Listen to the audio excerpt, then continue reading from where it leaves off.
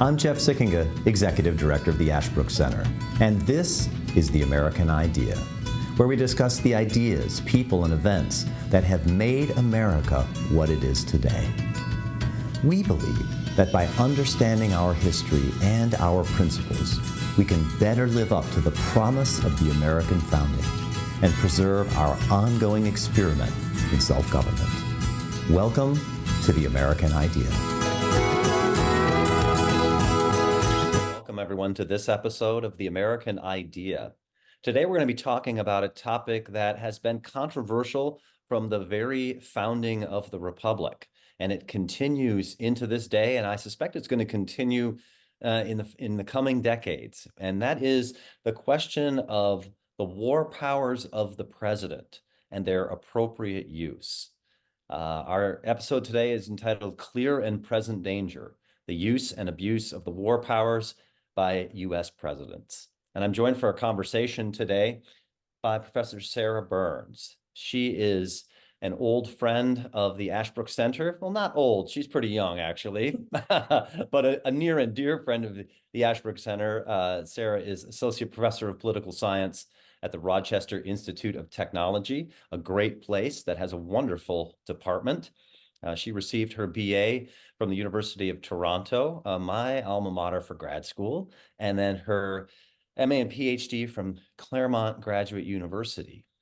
She has taught a number of courses, both at her current institution and in our Teaching American History program and Master of Arts, on the U.S. presidency, on the American Constitution, and on the intersection between those two. And in addition to being a terrific teacher and a wonderful colleague, she's also a great scholar. She has a really first-rate book, I think put out in 2019, so relatively recently, called The Politics of War Powers: The Theory and History of Presidential Unilateralism. It is a terrific book. I would highly recommend it to those of you who are listening who want to dig deeper into the topic that we're going to be talking about today, because it is a topic that's always in the news. It's always an issue whenever the United States is involved in any kind of military action around the world. People raise the question, how much power does and should the president have? And just to complete it, she is actually working on a book, finished it, and now looking to publish her next book, which is called Losing the Peace: The U.S. Foreign Policy and Democratization. It's going to be a terrific book when it comes out. Let me encourage all of our listeners to buy it. Sarah, thanks for joining us on The American Idea. Thank you so much for having me, and thank you for that lovely introduction. In your book, which I've looked at, I think it's terrific. You have raised an interesting criticism, which is you argue that there is a great danger in unilateral war action by the American president. And you criticize, interestingly enough, both Congress and presidents for, in a way, failing to live up to what you regard as our founding constitutional principles with respect to the war power. Take us back to the American founding to start this conversation. Because look, it's a conversation that we hear critics of President Biden attacking him for this. We heard critics of President Trump. We hear critics of every modern president say the president is exercising too much power in matters of war, usurping the powers of Congress, making America the world's policeman. All of the criticisms that we've heard many times since the beginning of the Cold War. But take us back to the beginning, to the American founding. And I'm thinking in particular about even the debates in the Constitutional Convention, when our founders are thinking about what's going to be the war powers of the federal government and what role the president should have in those war powers. Yeah, thank you so much. Great opening question. And that's obviously a great place to start. You're correct to say that I'm an equal opportunity blamer when it comes to Congress and the presidency. I don't think it would be fair to say that the president is the one who's trying to take the powers away from Congress, because if you look at what they were doing in the Constitutional Convention, in the Constitution itself, you can see that they were trying very clearly to make, as Madison says, ambition counteract ambition.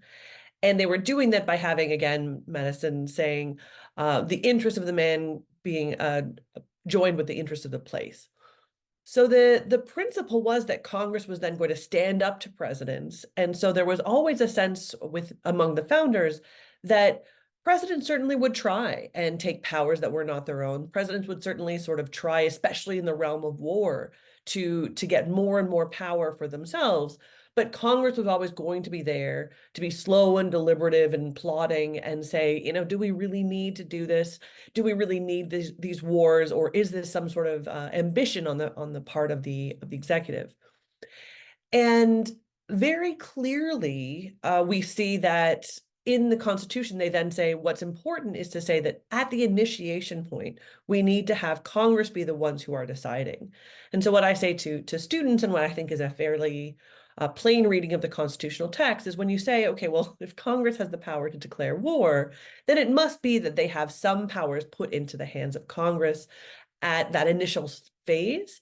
And then after that, yes, they make the president commander in chief. Yes, he is the one who's leading the military. However, they also make it so that the Congress has the power of the purse to say, here are these restrictions and restraints if we don't like how it is you're spending the money or how it is you're conducting this war. So that balance between the two political branches makes it so that there should be some kind of fight between them, right? Not actual fighting, but some kind of debate about what we should do, how we should do it, and when we should do it. And that worked extremely well. So we see this in the founding era. We see early on with the neutrality proclamation from the Washington administration that Hamilton and Madison disagreed. So we didn't have perfect agreement amongst the founders, even from the first administration. But all the same, you have a decent amount of, well, the legislature should do certain things, the executive should do certain things, and they're going to battle between them for who has the power to control foreign policy and specifically war making. And that worked fairly well for a very long time. And it just started breaking down in the 20th century, really, arguably, maybe the late 19th century. Well, tell us a little bit more about some of those early debates. For example, you mentioned the Neutrality Proclamation. That's in 1793, I think, right? During the Yes. Washington administration. And there's a war between Britain and France, or between France and the rest of Europe, essentially. And the United States is kind of caught in the middle. And some people want us to join the French side. Some people want us to join the British side. And some people in America want us to stay neutral between them. Just take us back to that moment of controversy, because as you say, that's really one of the first flashpoints for the beginning of this conversation about, okay, we've got this Constitution. It says Congress has the power to declare war. It says the president is the commander in chief. Now, in the real world, what does that actually mean? How do we see that play out in that controversy in 1793? I think we see it play out in what I would claim is a very healthy constitutional battle. So we see Hamilton and the Washington administration collectively say we need a neutrality proclamation. And essentially, they thought they needed that because they had a treaty of friendship with the French dating back to, and gets a little confusing, but dating back to 1775, I believe it was, maybe 1778. I think it was already a republic. But this was under the monarchy, so it was a different regime. But it essentially said that because of this treaty of friendship, the US would come to the French aid in the West Indies, in the Caribbean, and help them. Now, the Washington administration very correctly, I would say, knew that if the United States got pulled into a war on the French side against the British, the Republic would fall, right? They just didn't have the military, they didn't have the resources, they didn't have the capacity to mount a huge defense against the British. And the British, as I'm sure is understandable from a human perspective, were looking for the Americans to fail, looking for a reason to really disrupt the Republic, right? They didn't have very friendly feelings towards the Americans at the time.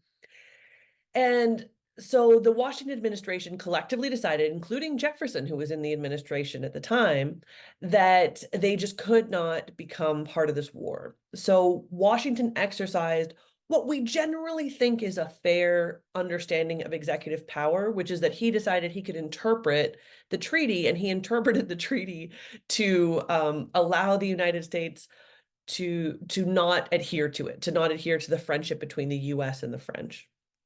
And so, can we say that this is a fair interpretation of the treaty? I don't really think so. Is it a prudent interpretation of the treaty? Yes, it was a very prudent interpretation of the treaty. And I think started a long tradition that we see in the United States of having an ally in the French and then occasionally not being the friendliest and the best ally with the French. But in this situation, again, it was very, very prudent for the Washington administration because, as you mentioned, there were lots of people who were in favor of the French, but there were just as many people who were in favor of the British or siding with the British against the French, because in part the French seemed much more violent in their republicanism and much more inclined towards a militarism that the United States was very cautious about. And so while you see people like Thomas Jefferson, who were quite casual about the body count that might come with revolution, like the French revolutions, you also equally see people like a John Adams, who was saying, you know, we have to be very careful and circumspect with our partnerships and alliances, right? Obviously, Washington very famously said we should avoid really entangling alliances. So because of that split or sort of difference of opinion within the United States, the Washington administration said, as the government, we are going to declare neutrality, meaning that if it happened to be that you had citizens who were inclined to help either side for whatever reason, the government had plausible deniability to say, look, they were acting on their own. We didn't tell them they could do this. We, in fact, expressly told them not to do this. So that would make it possible for the US to save face and to save face government to government. So what Now, about then? Can I just ask you this then? That seems to have worked, right? We stayed neutral. People did criticize Washington, of course, but and you just say there was a debate in the press between Alexander Hamilton and James Madison over whether the president really has the constitutional power to do it. But certainly in that case, Hamilton and Washington made the argument, look, we're not trying to get us into war. We're trying to keep us out of war. But then I'm thinking about another early controversy in the Republic, the War of 1812, right? Now, James Madison is not the father of the Constitution. He's actually the president. And there's a lot of people in Congress who say we should go to war with the British, the War of 1812, right? We should go to war with the British. Madison, and they implore Madison to sort of carry out warlike actions against the British. And as I remember, Madison sends a war message to Congress saying, look, if you want to declare war, fine. But as the president, I can't do that. Tell us a little bit about that moment. yeah, that's a really interesting moment in Madison's, let's say, constitutional development and his own sort of thinking around the Constitution and what the president can do within the American constitutional system. And he essentially felt that you should have a very, very conscribed power within the presidency. And so it can only act in the Madisonian understanding once the legislature act. So in certain senses, the executive is above the legislature insofar as he has interpretive power, he or she, if there's ever a woman. And that's the way that Washington interprets it. Madison, conversely, takes a very, very, like I said, constrained view of executive power and says, no, no, the president is only able to carry out the orders, essentially, the laws that are created by the legislative branch. And so that's in part why Madison sends it to the legislature and says, you guys are the ones who are in charge. I think also, again, in terms of his own understanding of the constitutional system, he wanted to work extremely hard to avoid what he thought was the natural pull of the executive, especially in the realm of war, right? Which is the aggrandizing of the office, the aggrandizing of all of the people within the office who could potentially make money or become, more elevated because of their role in the war. And so all of that made him extremely cautious in the way that he exercised power. And as a consequence, we see him being much slower to get into the war than he he could have been, given the justifications that he faced, right? There were years and years and years of the British really undermining the US and really acting in a way that was extremely aggressive towards the United States. And as a consequence, Thomas Jefferson, prior to Madison becoming president, was already trying to engage in like economic warfare with the British, but it wasn't working because their economy was just too big for the US to really impact it. And so Madison was essentially between a rock and a hard place where he really needed to do something militarily because that was the language that people really responded to at the time. And at the same time, because he felt so constrained by his understanding of his constitutional role, he did not want to act without legislative consent.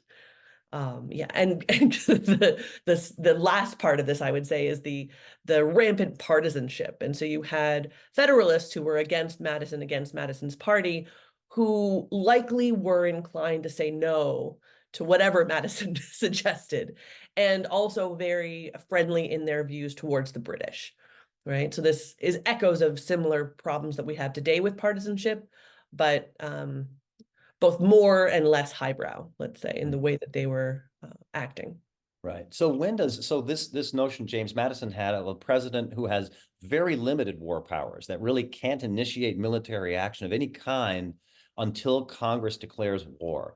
That's clearly a very powerful strand in American constitutional thinking and in the ideas of presidents through the 19th century. Although, of course, James Polk's war in Mexico, people like Abraham Lincoln claimed it was unconstitutional.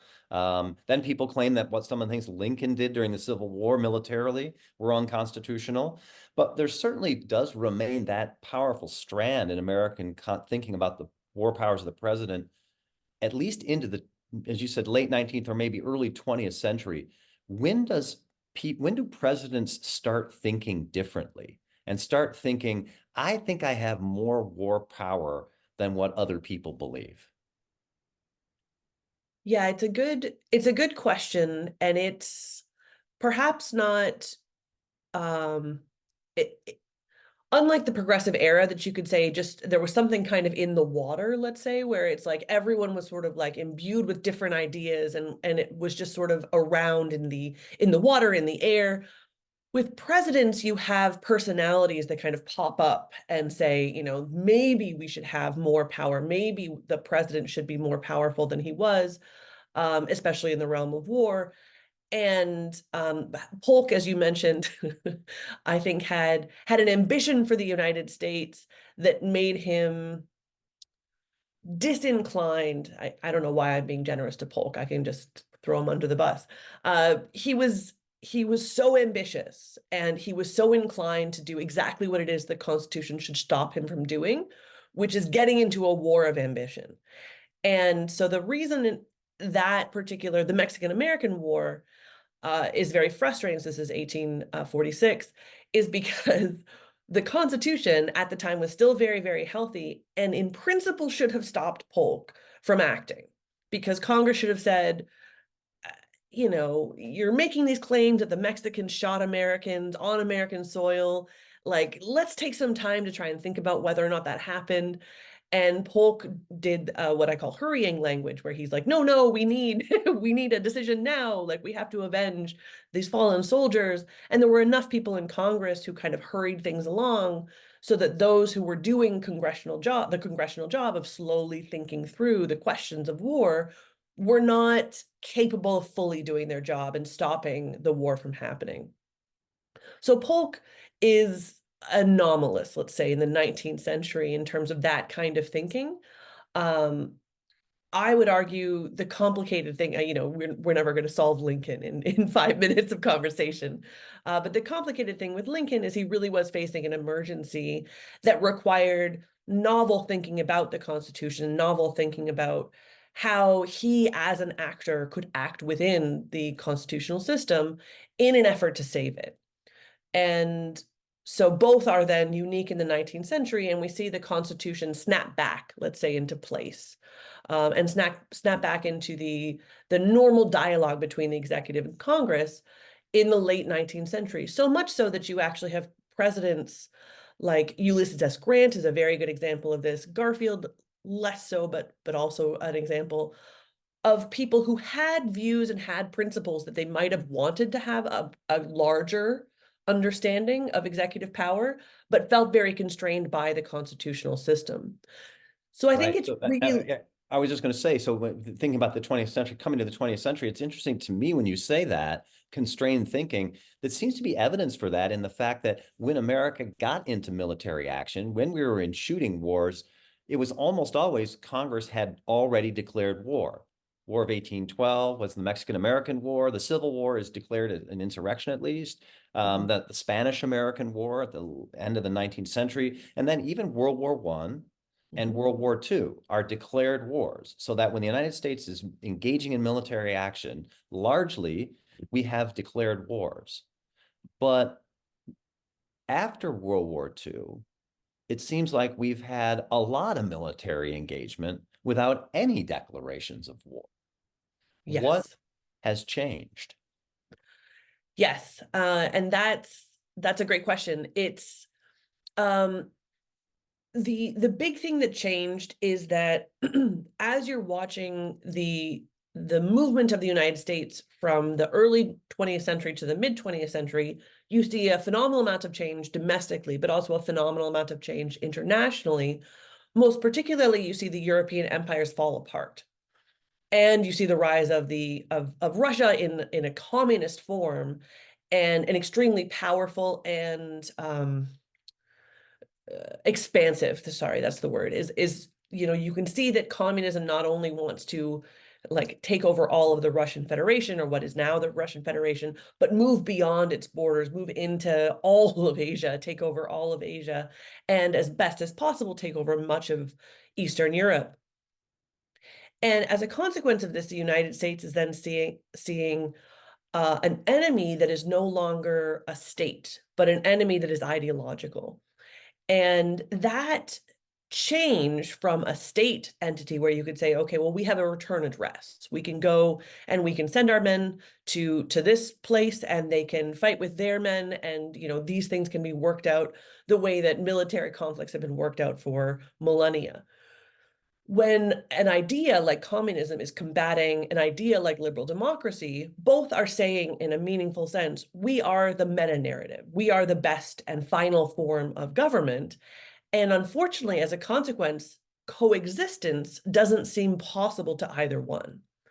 So during the Cold War, what we see is presidents really taking much more of a step forward, and then Congress, rather than taking, again, their normal constitutional role, is that they are saying, because this enemy is so different, and because it's ubiquitous, not only outside of our country, but potentially as well inside our country, we need the president to have a nimbleness and an ability to kind of react very quickly and effectively, not only to the ideological threat that comes from communism, but also the very, very real threat of world domination, and the world being ended by nuclear weapons. And so that that sort of twin threat was very, very difficult to combat, and that's why you have Congress ceding its power to the president, and presidents very happily accepting that So power. how do we see that? I'm thinking of two conflicts in particular after World War II, right? The Korean War and the Yes. Vietnam War, right? Both of which involved hundreds of thousands of American troops in shooting wars, neither one a declared war by Congress. How does that happen? Yes. So in both instances, if you'll give me like a minute on the Korean War, because it's such an interesting and problematic case. And it's the first one, because what we see, having talked about Polk and saying, this was the Constitution breaking down a little bit, but, it snaps back into place. So the Korean War is an example of the Constitution breaking and then never snapping back into place.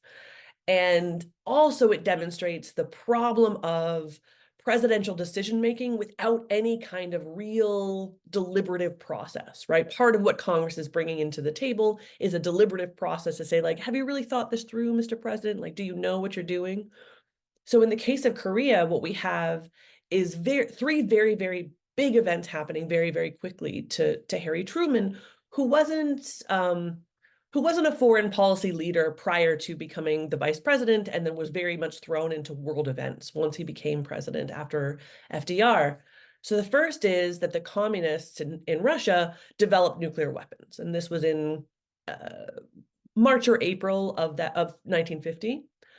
Next, you have this is sort of comical, but the Russian ambassador to the UN decided that he should walk out because the Americans, the French, and the British refused to see the new communist leader of China. And so the Russian ambassador to the UN Security Council said, if I walk out, they can't do anything. And the Americans, Europeans, and the Chinese just said, we're just going to keep doing stuff. And then finally, you had what's called NSC 68. And this is a report from the intelligence community at the time saying the only thing that we can do to really combat the Russians is to use force. And the only thing they'll respond to is the use of force. So you have those three things happening at once, and then you have the North Koreans invading the South Koreans. And Truman has the opportunity then to get a UN Security Council resolution that says we're going to have what is, let's say, politely deemed a police action, what is in actuality a war. And so you're correct to say we didn't have any constitutional conversation domestically where Congress said, okay, well, we will decide, we will give you permission, Mr. President, to start a war. This is what you can do. This is the weaponry and the amount of money that we'll give you to prosecute that war, which is what they've done in all their declarations. Instead, however, they implicitly give their permission by continuing to fund the Korean War without ever actually having, again, a deliberation about the merits of the war or a deliberation about passing a declaration domestically. So Truman never went to Congress and said, I call on you to declare war on North Korea. He just sent troops and Congress funded it. Yes, and he made the claim, again, it was a novel claim at the time, but it's one that presidents since then have relied on. He made the claim that the UN Security Council supported it, and the United States, as the main founder and the most important member of the UN Security Council and the UN in general, had to uphold the UN Security Council resolution by going to war in Korea, but, police action, to engage in a police action in Korea. Before we continue with our discussion, I'd like to let you know about an outstanding set of programs that Ashbrook sponsors for high school students, the Ashbrook Academy. Do you know any students with an interest in American history, politics, economics, and literature? Do they enjoy being academically challenged and the thrill of engaging with different ideas and viewpoints? Hi, I'm Sabrina Maristella, Student Programs Coordinator here at the Ashbrook Center. The Ashbrook Academy is a series of summer courses for rising high school juniors and seniors. Held in person at Ashland University, the Academy immerses you in the American story like you've never been before. Since 2015, our approach has taken history out of textbooks and into students' lives with historical documents and conversations about those documents. If you are a rising high school junior or senior, or if you know someone who is, we invite you to learn more about our courses and apply today at ashbrookacademy.org.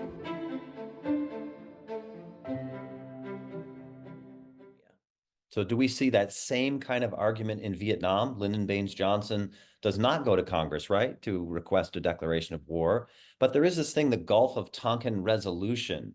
And so Congress seems to be involved somehow in maybe a way that's different from the Korean War. Tell us about the Vietnam War and the president's war powers. Yes, this was a much more unilateral action on the part of the United States. So the Korean War, you can make a case that there was international deliberation insofar as many partners of the U.S. also went into Korea and also participated in that war. So even Canadians, for example, right? So if the Canadians are involved, you're kind of like, okay, how bad could it be? It was very, very bad. It was a very, very brutal war. But I just mean that generally they're very diplomatic people. So conversely, with the Vietnam War, you see the United States just going in. And as you mentioned, there's the Gulf of Tonkin Resolution. And essentially what this resolution says is nothing. And that's editorializing on my part. But Congress wanted to express that they understood that there was some kind of problem in Vietnam, right? at the time, and that the United States was, as a partner, kind of doing something to help partners over there. And so it was all this kind of language that doesn't perfectly say, again, who you're fighting, how you're fighting them, when you have to stop, what will happen when you stop, which is what you get in declarations of war. And so this authorization was just kind of, broad strokes. We say that the president should be helping in some kind of way. If he uses the military, that is permissible, but he is going to decide what is used and how it is justified. So again, this is Congress somewhat involving itself by taking a backseat and saying, you decide, Mr. President, you know what's best, which again is not constitutionally what their role is supposed to be. They are supposed to be sitting there saying, what are we doing? Why are we doing it? Who are we doing it against? And, how will it end? Yeah, I was going to ask that. During the Vietnam War or right after, does Congress ever push back against presidents like Lyndon Johnson? In an unsatisfying way, or I found it very unsatisfying. So you have the War Powers Resolution, and that was in 1974. It might have been off by a year. That might be 1973. And this is against Nixon. And this is essentially saying that presidents do not have the power that since FDR, they have been asserting they have. And so Congress is essentially saying, this is what the Constitution says. And if you look at the War Powers Resolution, much like the Gulf of Tonkin Resolution, you're kind of like, all right, I see what you're doing, but like you're doing it wrong.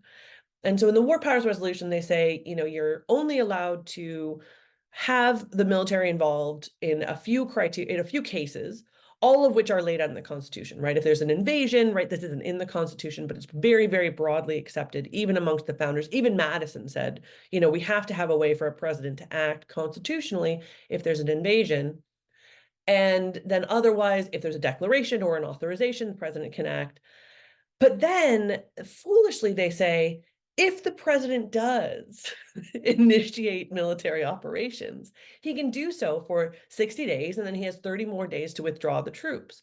And so you think to yourself, well, wait a second, you just laid out that he can't do this, that he can never do this. So how is it that you're saying simultaneously that if he does do it, then, these are the restrictions? And essentially what we then have is a president or presidents who have permission to a meaningful extent based on the War Powers Resolution to engage in what I like to call Top Gun wars, right? So they're flyover wars, we're just bombing a place from a plane so American military members are safe. They're never really in harm's way. That's not technically true, but it's that term, we don't put boots on the ground. And so presidents since that time, since the 70s, have essentially said, we have that power to do something that's not quite allowable, but they open this door for us to make it seem allowable. And since that time, Congress has failed to put the genie back in the bottle.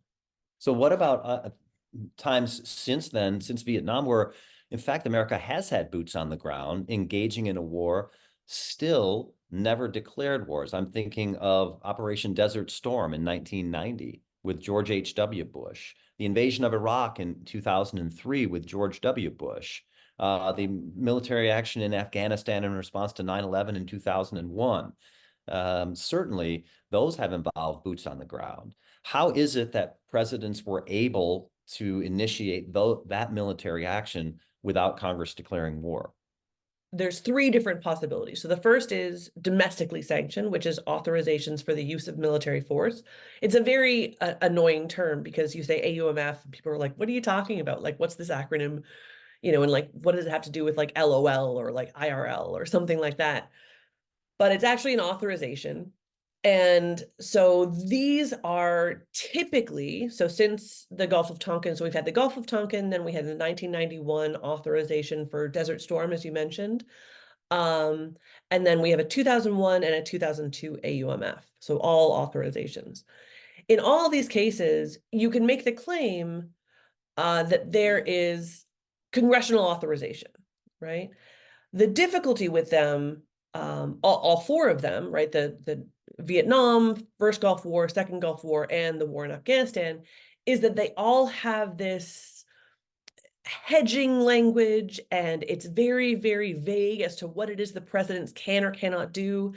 Just And so I'm clear, Congress in those four situations has said to the president, we authorize you to use military force, but we are not declaring war.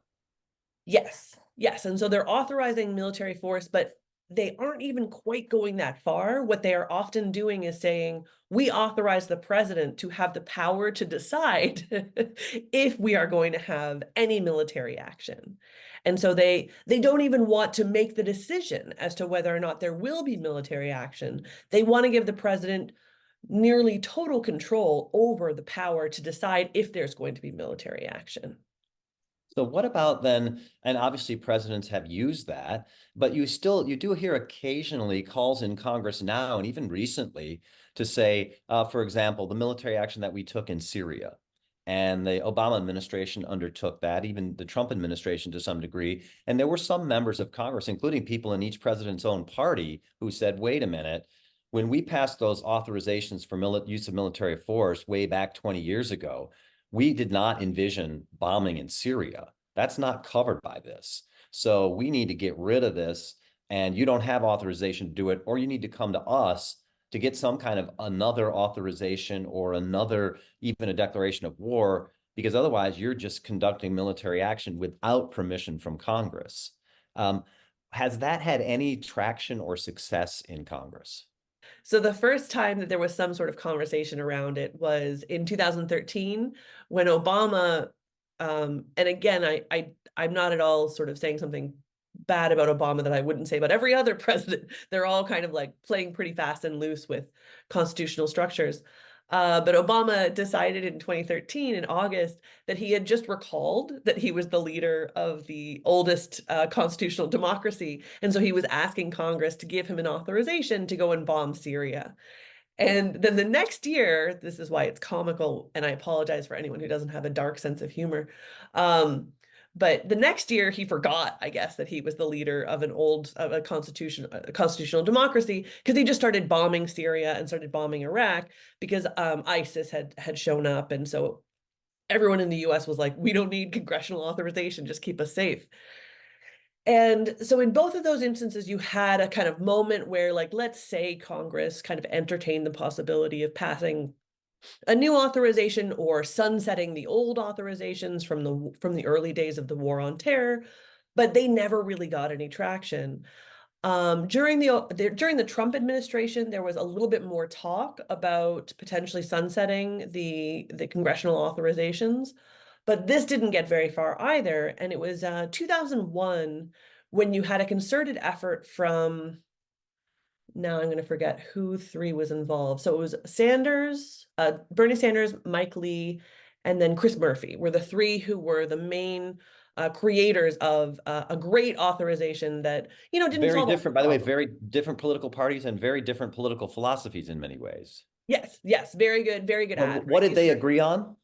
They agreed that there had to be a sunsetting of the AUMFs and then a new kind of authorization from Congress, so that again there was some sort of like nimbleness for the president to act in like a very scary situation when it came to especially terrorism and reacting to terrorism. But there was constraint and there was congressional oversight and there was congressional deliberation that was going to hold the president accountable. So this was like a pretty good moment when there was a possibility they might get that passed. There was a lot of people drawn in to try and help with this, and it it died. It just couldn't get off the ground. It couldn't get enough traction for whatever reason. And then there have been more recently more limited efforts to try, and this is a little bit complicated, but as we know, there's been a recent bombing from the US to the Houthis, or against the Houthis in Yemen. And the Houthis are connected to the Saudis, Saudi Arabia, and there have been some concerted efforts to try and get the US funding for Saudi Arabia to no longer fund the Yemeni government that are fighting the Houthis, which I know is a bouncing ball, and I apologize for that.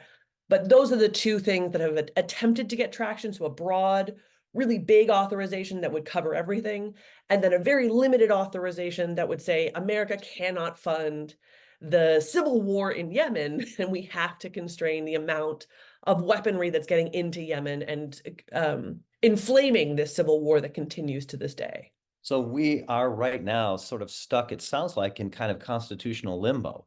We've got presidents like President Biden saying, I have the unconstrained authority to use military force as necessary around the world to protect the United States. You've got some members of Congress saying, no, you need our permission or at least our oversight. And then it sounds like you have a lot of people kind of in the middle, unwilling to make a decision. Yeah, that's where I would place it, is that we have this, as you put it, I think nicely, a constitutional limbo, the sense that, Congress doesn't have the wherewithal, the interest for a variety of reasons to really stand up and say, we want to reassert our authority in this realm, and we want to claw back some of our powers from the executive branch. Similarly, you have executive branch after executive branch after executive branch continuing to say that they have all of these powers either within Article 2, right? That's just housed somehow magically, that developed somehow over time in Article 2, and since FDR. Or alternatively, you have presidents who say, well, we have all the authorization we need because we have the war on terror authorizations from 2001 and 2002, right? And those are so broad that it is legitimate for them to claim it. It should be that Congress calls them on it, but they don't. So I'm always reluctant to ask political scientists to end by making a prediction, but Sure. predict for us. Where do Yeah. you think the issue of presidents and war powers, what does it look like going forward in the next decade? Yeah. Will it matter who is president, or do you think all presidents, no matter what party they are going to assert this power? And do you think Congress is still going to go along with it, or do you think we'll see pushback? What do you predict? It's a very important question, and you're right to say that, asking for predictions is always problematic. And so what I'll say is, my joke is, in 2016, when Trump got elected, all political scientists got a letter saying, stop making predictions. You guys are clearly bad at it. You did a bad job here. We all knew it after the fact, but at the time, we all predicted it wrong. So having said, I was entirely incorrect when it came to Trump being able to become president. Just looking at the facts and what I had thought was, 10 solid years of presidential scholarship. But I digress. The point is that with that caveat, I would say it does really depend on the personality. One of the things I try and emphasize in the book, for better and worse, is that, and I meant to say better and worse there, for better and worse, we have to rely a lot on the personality of the president because there are so few constraints on presidential power and so few constraints on unilateralism. And so when we see a president like Trump, who is inclined to exercise power very broadly and without some sort of ideological consistency that you can say, okay, well, I can predict how he's going to do one thing or another. In contrast, if you look at, say, President Biden, who kind of came into office seeming as if he was inclined to be restrained. So he had a little bit, I would say, of a Jimmy Carter vibe, right? And I don't mean that negatively. I mean that in the sense that Jimmy Carter came in after Watergate and at a time when people really wanted a moral refreshing. So I had kind of thought Biden might be the one who really did say, okay, we need Congress to reassert itself, right? He had spent a lot of time in the legislature as well. And that hasn't really happened. So possibly we might see that in his second term, because that really will be his swan song. That really will be the end of his presidency and his time in public office. So seeing him do something that would rebalance the constitutional system, I think would be perhaps maybe just a dream of mine. And so I'm not too hopeful that I could see that, but that's the kind of thing I could see someone like a Biden doing. Otherwise, the events you have to wonder about are the catalytic events. So another moment like a pandemic, another kind of thing of that size and change. If we had had Hillary Clinton in office rather than Donald Trump, I think you would have seen the presidency expand very dramatically under her, and you would have seen the powers of the state shrink very dramatically under her. And so I think if we have something like that, if we have a real emergency under another president in the next decade, so we might see this catalytic event where we see presidential power dramatically expand, right, beyond what we've even seen now. Or we might see that be the shock that really gets Congress back together as a branch and has them reassert their ambition to counteract the ambition in the executive branch and reassert their interest as a branch against the presidency. Well, it will be fascinating to see that, to watch that play out. Obviously, it's such an incredibly important debate for America, for our future, for our involvement in the world, and for our constitutional order. Sarah, thanks for taking the time to help us understand the roots of it and what we need to be looking for. Again, thanks for taking the time to join us on The American Idea. Thank you so much, Jeff. It's been wonderful chatting with you as usual, and I look forward to, working with you in the future. Thank you for listening to this episode of The American Idea. If you enjoyed this episode, remember to subscribe at Apple Podcast, Spotify, or wherever you get your podcasts, and leave a 5-star review. If you want to learn more or get involved in Ashbrook's vital work, visit our website, ashbrook.org.